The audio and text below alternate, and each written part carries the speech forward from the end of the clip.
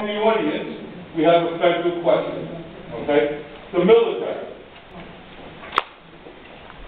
Rory, maybe we'll start with you. What is your position on the U.S. commitment in Afghanistan, in the present as well as going forward? And do you think the U.S. should back the international obligations throughout the world? So from an international perspective, which is the bailiwick that you're going to be in if you want to go down to the Beltway, what are your thoughts on the military, our involvement in Afghanistan, and the financial obligations that we give to everybody in the world? Thank you, sir. 2 minutes. Excellent question. Thank you very much. And it is one of the most important issues that a federal representative has to address. The United States has very important obligations and interests throughout the world, in every corner of the world. And the experience that I have as a service member, and as well as someone who, in the Assembly, has passed 19 laws, including 5 related to homeland security and anti-terrorism, it's an issue and a subject that I care very, very much about.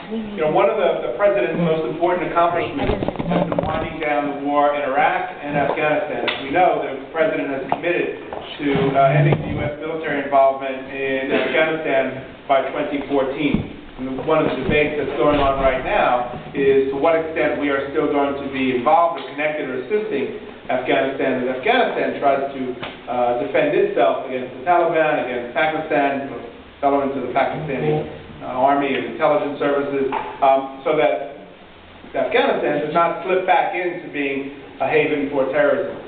In my view, it was a mistake for us to invade Iraq in pursuit of weapons of mass destruction that did not exist.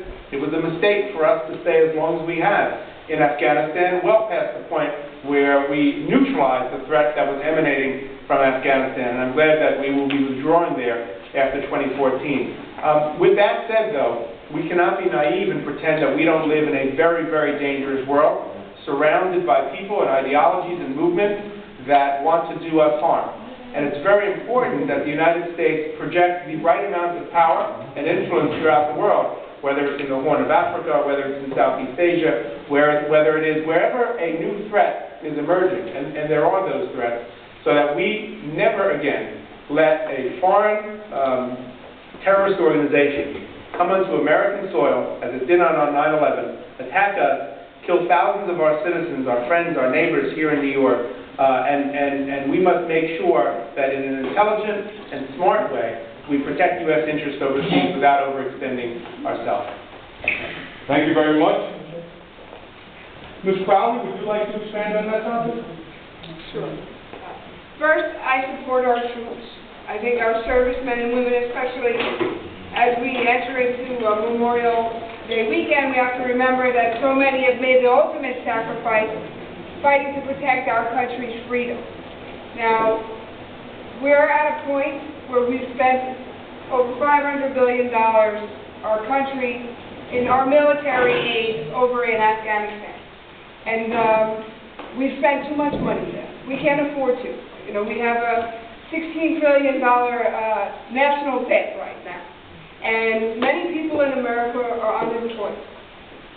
While we are still, New York City, the #1 target for terrorists, and there's nobody, I think, that's going to work harder to protect the security of New York, we have to understand that there's terror groups throughout the Middle East that want to come after our country and attack us because of what we believe.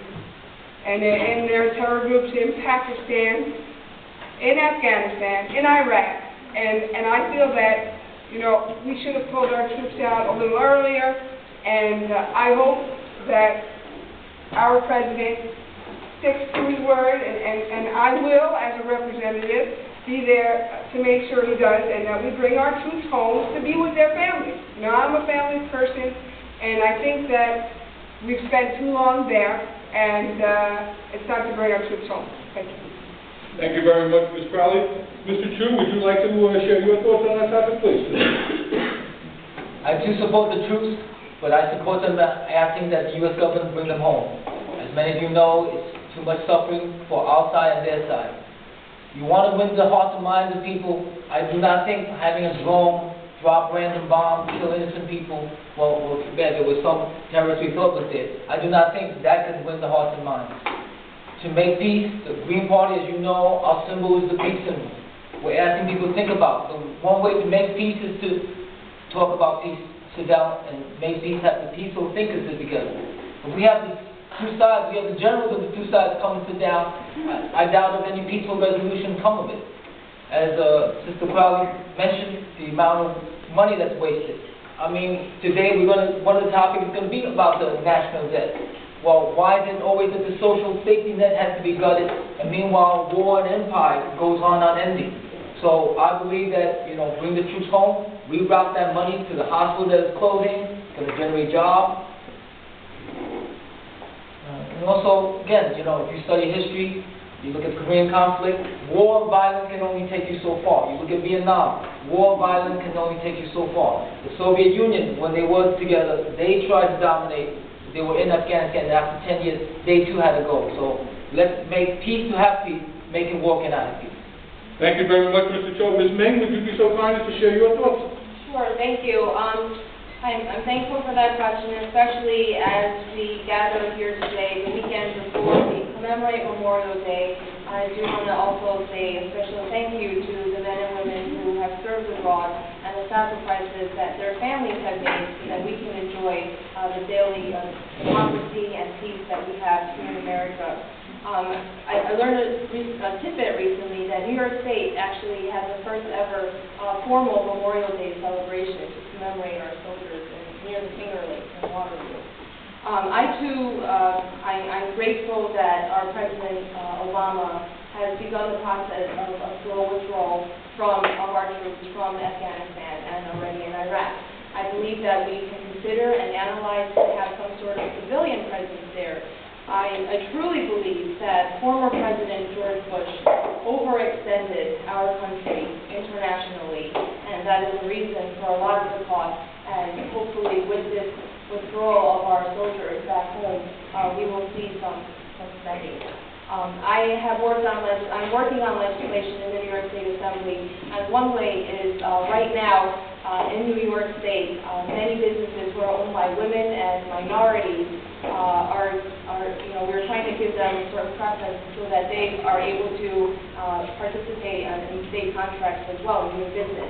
And something that a few of us are working in the state is to also make sure that veterans who come home and start their own businesses will be able to enjoy those same abilities.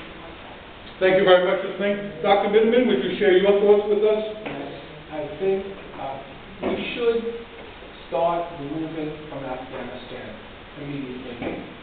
I would hope a little more rapid than what the President is recommending. I don't have the information firsthand, but I will tell you security is important, and I'm not going to deny that. If it does take a little longer, I have no objection. But the bottom line is we all come down to two things on this issue. We must secure our borders. We must make sure that this never happens again, what happened to us over 11 years ago.